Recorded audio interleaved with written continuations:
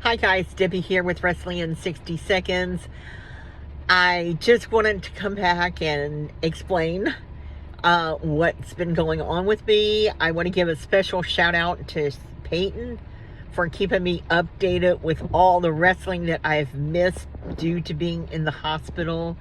Just to give you a quick rundown, I actually went into the ER I thought my potassium was low. Sometimes I have problems keeping my potassium up. And I woke up early and I didn't feel well, so I went into the emergency room and I'm waiting for them to do, to do a blood test to test my potassium levels. And they do, of course they do, all. And then they bring an EKG cart in. And I'm like, wow. I said, I suffer from anxiety. I'm clinically diagnosed with anxiety and panic disorders. And I said, what was my blood pressure? And they said it was 135 over 104. And I'm like, what? And so my blood work came back good. I was bare minimum. Normal in potassium is 3.3. I was 3.5. And so I'm like, oh, okay. Now what? So about an hour later, the doctor comes in and says, has anybody ever said to you that you were AFib? What's that? Well, that's a heart issue problem. And I'm like, what? I have a heart problem? And I'm like, when did this happen? And they're like, yeah, we want you to see your primary care and make sure you keep that appointment. I'm like, okay. So I did that. And she was like, well, I wish they'd check your thyroid because your thyroid was a little low and that could be making your heart race. And because it's beating faster. And I'm like, oh, well, I'll write the lab and I'll go get it done tomorrow morning. I did that. And it had dropped again. It was at 4. In March, it was at 3, and now it's at 2, but it's still in normal limits. So she prescribes a blood pressure medicine to me. Well, normally I am at like 131 over 84. I might be higher than that if my anxiety is up. And the blood pressure medicine that she gave me just spiraled my anxiety completely out of control. And I took it for a couple of days and it was dropping my blood pressure too low, like 102 over 57 with a pulse of 62. I was dizzy. I'm like at wit's end. They had made a cardiology appointment, but I couldn't be seen until next year. And like, I need to be seen at ASAP. So, Hot Miss Deborah and I, we actually had tickets to go see NXT Homecoming. And I said, before we leave town, I'm going to check my blood pressure. And it was good. It was low, but it was functioning low. And I'm like, as I'm walking out of CBS, I'm like, if this was happening to Hot Miss Deborah, I would have taken her somewhere else. And I go out to the car and I said, if this was happening to you, she said, oh, if it was happening to me, you have me somewhere else. I'm like, I'm thinking about going to Mayo. She said, let's go. And so I went to Mayo. They repeated all the tests. I actually saw a cardiologist there. I asked if I could be in the cardiology clinic. She said that they were really booked up, but she would put in and see what happens. She told me that there is nothing wrong with my heart. My AFib is not caused by a ventricle problem. My heart is just beating faster than what it should be. And that I really need to be on blood thinners because the blood thinners, what happens if your heart beats too fast, your blood can thicken up and give you strokes. And I'm like, oh my God, what else am I, that's just elevating things up higher for me in anxiety levels. And so she said, you need to see a cardiologist as soon as possible. I actually found a cardiologist that would see me in the first 2 weeks of October, sent that information to my primary care, and for some reason she would not write me a referral. So I get the blood thinners, which the drug name of it was called Eliquis.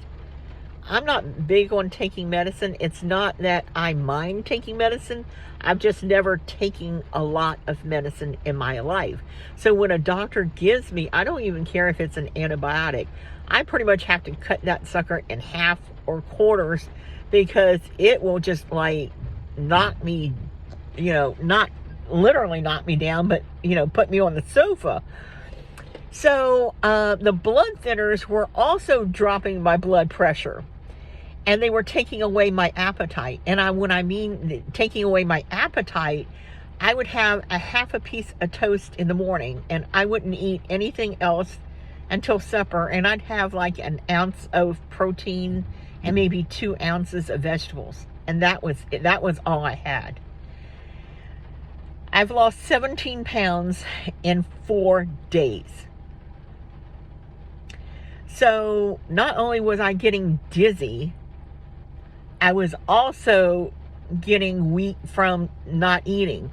So, all right, here we go again.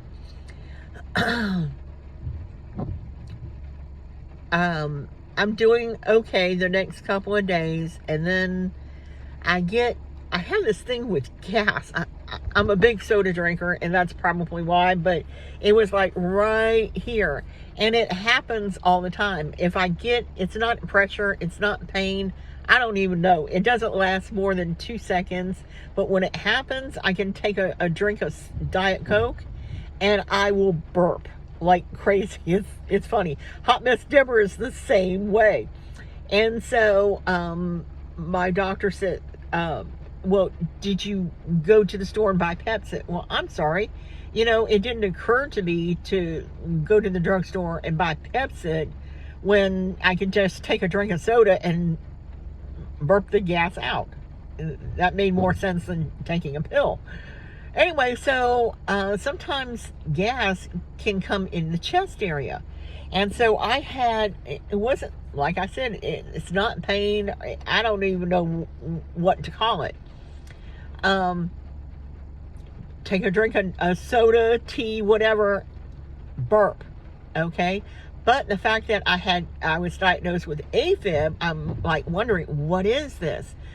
So I keep burping and burping and burping for over 24 hours, and I'm like, I'm wondering if this is actually gas or if this is a heart issue, because I've been so stressed out that I'm having trouble. So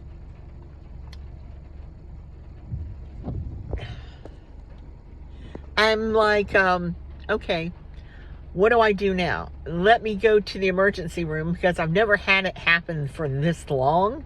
I go to the emergency room and they redo the test. I get an ER doctor that comes out and talks to him. You have heart failure. You have had a heart attack. And I'm like, wait, and I'm already, up to here with anxiety, and he just pushed it through the roof. And I'm like, wait, how could I have a heart attack when I've never had chest pain? I've never had tightness in my chest. I've never been short of breath. I've never had any of that. I've never had pain running down my arm. And he was like, we need to admit you, and I am just like, I even told him, I said, you're freaking the end out of me, and I'm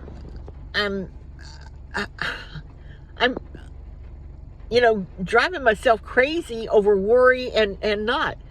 So they did a bunch of tests, and guess what? I hadn't had a heart attack. I don't have any heart damage. Yeah. So, I get out of the hospital yesterday, and they tell me that not my primary care doctor, because she doesn't have office hours on Friday, but they want to see me in the clinic. Okay, so I go over there, and I tell the doctor the whole story. And he pretty much agreed about the blood thinners, and he suggested I take a baby aspirin, a low-dose baby aspirin. I haven't took it yet, but I don't see that there would be any problem with that. And I told him that I'm off. I'm taking a break from my medicine. I took my blood pressure this morning. It was 109/71 with a pulse of 90, and that's okay. You know, that's actually really good, not to have any blood pressure medicine within the last 48 hours. And I'm slowly getting my appetite back, but it's just been a crazy couple weeks, and, you know, going up and down and up and down. And I just want to thank all of you for continuing to watch and ask about how we were doing. And I just tried to just take a break because I really needed to. I needed to find out what was going on with me before I could go on with whatever I wanted to do. Anyway, once again, thank you, Peyton, for keeping me so informed about things that I have missed. I want to thank everybody who asked about me, who inquired, and it's good to be back. I want to thank you for watching, subscribing, and until next time, bye for now.